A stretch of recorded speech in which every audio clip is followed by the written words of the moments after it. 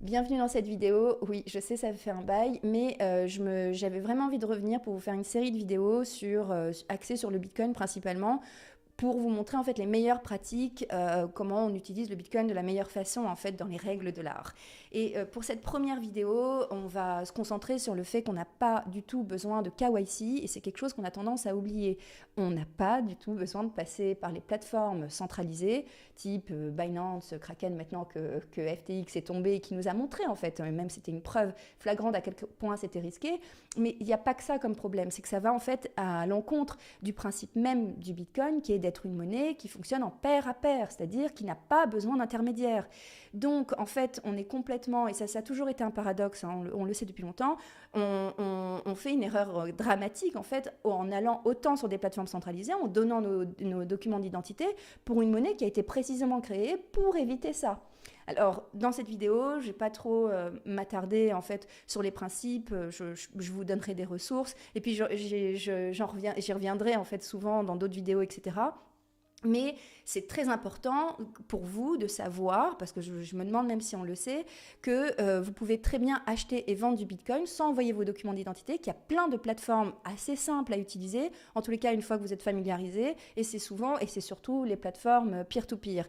Et il y a une chose que je veux dire avant de commencer, je vais vous montrer en fait 5 plateformes que moi j'utilise, qui sont très populaires, que d'autres personnes utilisent, et comme ça vous aurez le choix.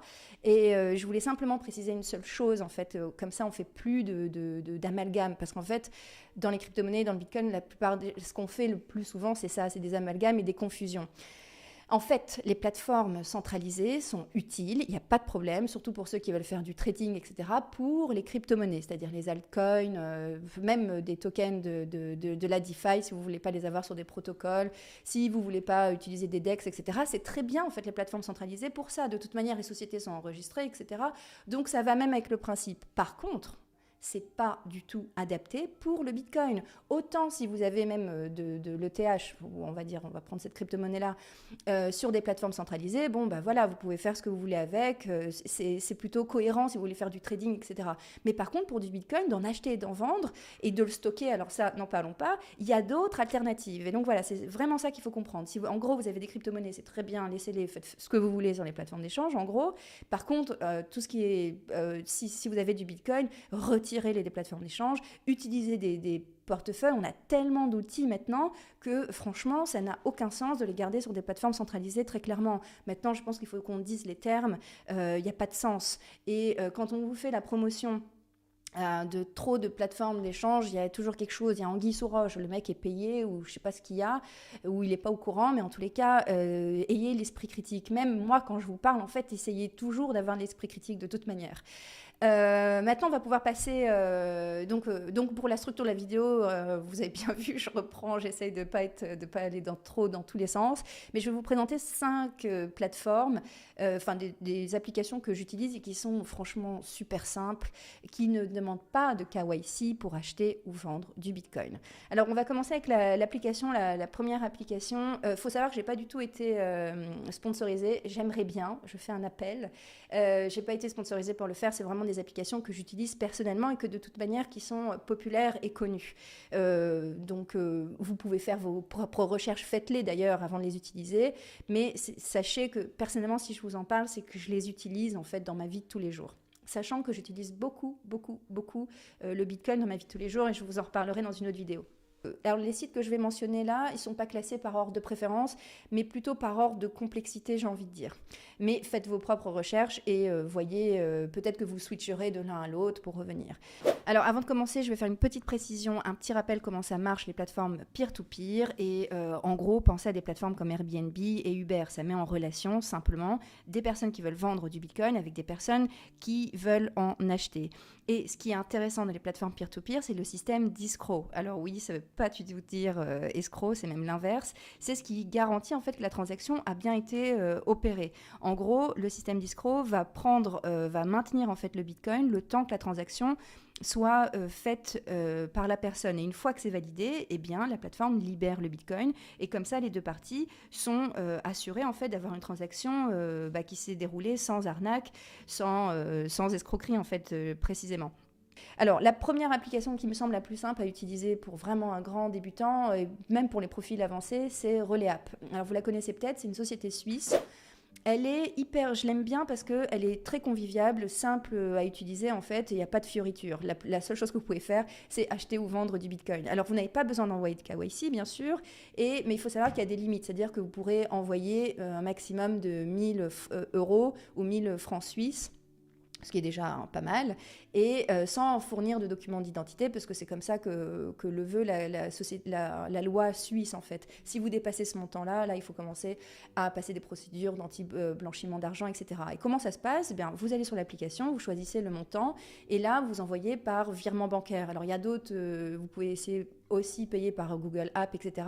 Mais là, votre identité elle sera encore plus reliée que celle de votre compte bancaire. En tous les cas, la société ne possède pas vos documents d'identité et mieux encore, le portefeuille intégré est non custodial. C'est-à-dire que quand vous vous inscrivez, vous aurez vos 12 mots que vous noterez bien dans un papier séparé, que vous ne divulguerez pas parce que c'est la seed phrase qui fait office de clé, en fait, de clé privée pour avoir accès à vos comptes. Et c'est une procédure super simple à utiliser, Relais App. Alors c'est vrai que je n'ai pas été sponsorisée, mais j'ai quand même un lien d'affiliation. Ça nous fait gagner à tous les deux. Je ne connais plus les termes exacts, mais en tous les cas, le code parrain, c'est Zone Bitcoin. Vous pouvez l'utiliser ou pas, vous faites ce que vous voulez. En tous les cas, voilà, transparence absolue. Alors, la deuxième application, franchement, je l'adore. Enfin, vraiment, je commence à l'utiliser. C'est peut-être celle que j'utilise le plus. Elle peut être un peu compliquée quand on n'a pas l'habitude du peer-to-peer, mais quand on a l'habitude du peer-to-peer, on se rend compte à quel point elle est facile d'utilisation. Alors, moi, en fait, je ne l'avais pas beaucoup utilisée à l'époque parce qu'il n'y avait pas assez d'offres. C'est-à-dire qu'il n'y avait pas, en fait, assez de clients. C'est-à-dire, quand je publiais une offre, je n'avais pas de match. Mais maintenant, je vois qu'il y a de plus en plus de personnes qui s'inscrivent et on trouve très rapidement l'offre qu'on veut. C'est vraiment, enfin franchement, les mecs de Pitch, enfin les nanas, enfin l'équipe derrière Pitch, je les salue et je sais qu'aussi ils vont en Afrique, enfin ils touchent le marché africain maintenant avec Abidjan et ils ont Abidjan peut-être première étape. Et je trouve ça très bien, c'est vraiment un outil, une application vraiment fonctionnelle. On a écrit des articles sur Zone Bitcoin dessus. Chapeau bas les gars, vous faites un excellent boulot. Alors maintenant, la troisième plateforme que j'utilise, alors en fait, je vous avais fait une vidéo une fois sur Paxful, mais il y a eu plein de problèmes. Enfin, apparemment, il y a un fondateur qui est merveilleux, qui est Ray Youssef, et puis il a un associé qui est apparemment une vraie ordure. Un type qui est complètement axé sur le matériel, etc. Et en fait, je l'utilise plus du tout maintenant, Paxful, et il a monté une autre plateforme qui s'appelle, Ray Youssef a monté une autre plateforme qui s'appelle Nunes, et qui est vraiment, alors pour le coup, c'est une vraie plateforme peer-to-peer, comme pour ceux qui ont connu Local Bitcoin, etc. On trouve toutes les offres possibles. C'est-à-dire que quand vous allez sur Nunes, là, c'est plutôt adapté pour les profils.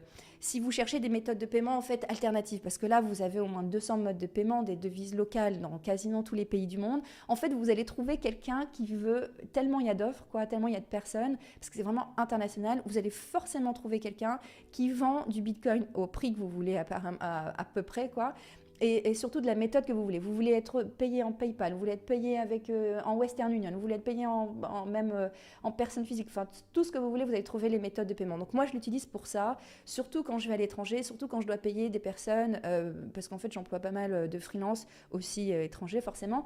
Et pour les payer en devise locale, c'est magique.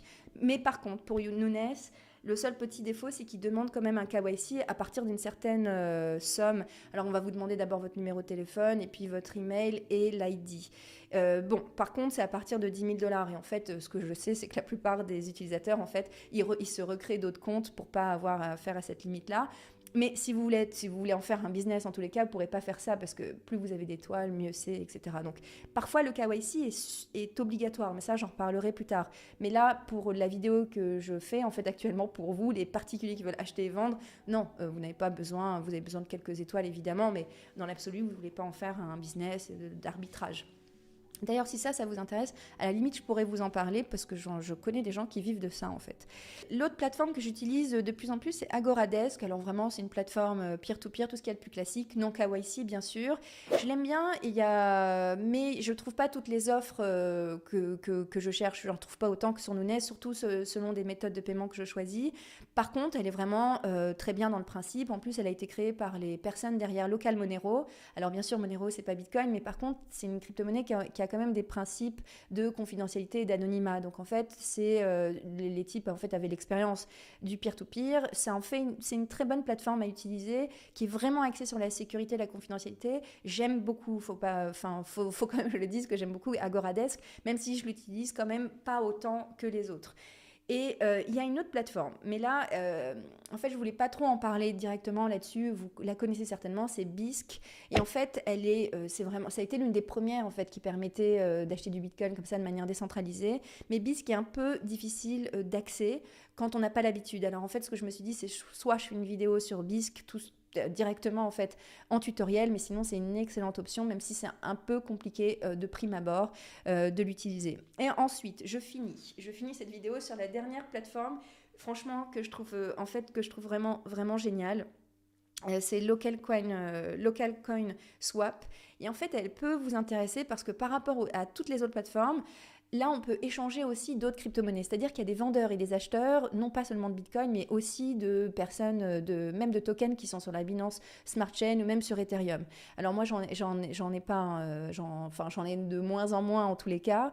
Vous avez vu le marché, mais en tous les cas, ça peut être intéressant pour ça. En fait, je pense que c'est la plus universaliste et j'ai pu échanger, j'ai pu vendre des bitcoins contre des monnaies locales, alors vraiment des monnaies locales inconnues, et ça m'a complètement bluffé. Et donc, en fait, si vous voulez même, ça peut même servir de DEX en fait, en version peer-to-peer, si vous avez même de l'ETH que vous voulez vendre en bitcoin et que voilà, vous voulez passer les filets du KYC, Local Concept, je dois dire sérieusement que je la trouve formidable. Voilà, cette vidéo arrive à sa fin. J'ai voulu être concise. Peut-être que j'ai donné trop d'infos, mais encore une fois, ça n'a pas changé. Il y a un article qui reprend toutes les plateformes peer-to-peer que vous pouvez utiliser. Il y a même des tutoriels sur certains. Et puis, s'il y a des plateformes je peux faire des tutoriels. D'ailleurs, j'avais envie de faire des choses comme ça, beaucoup plus pragmatiques, beaucoup plus concrètes, en fait, pour utiliser Bitcoin dans les règles de l'art. Et voilà. Alors, je finis cette vidéo pour vous dire tout simplement merci pour ceux qui sont revenus. Je sais que j'ai pris beaucoup de temps, mais en fait, j'étais très présente. Hein. D'ailleurs, je me suis mise sur Twitter, qui est un enfer sur Terre. Enfin, je suis très nulle. Mais j'étais là. Hein. J'ai pas déserté. Et simplement pour vous dire que j'offre une casquette ou des petites pièces de Bitcoin à 2 personnes choisies au hasard, au pur hasard. Alors voilà, on finit sur ces belles paroles. À très bientôt pour une prochaine vidéo, j'espère rapide. Bisous à tous. Ciao. En tous les cas, pour finir, retirez vos bitcoins des plateformes d'échange, achetez-les sur des plateformes peer-to-peer et stockez-les dans des wallets non custodiales, open source, comme Blue Wallet ou Phoenix Wallet, où vous avez le choix. Faites-le, c'est important. Préservez votre souveraineté financière.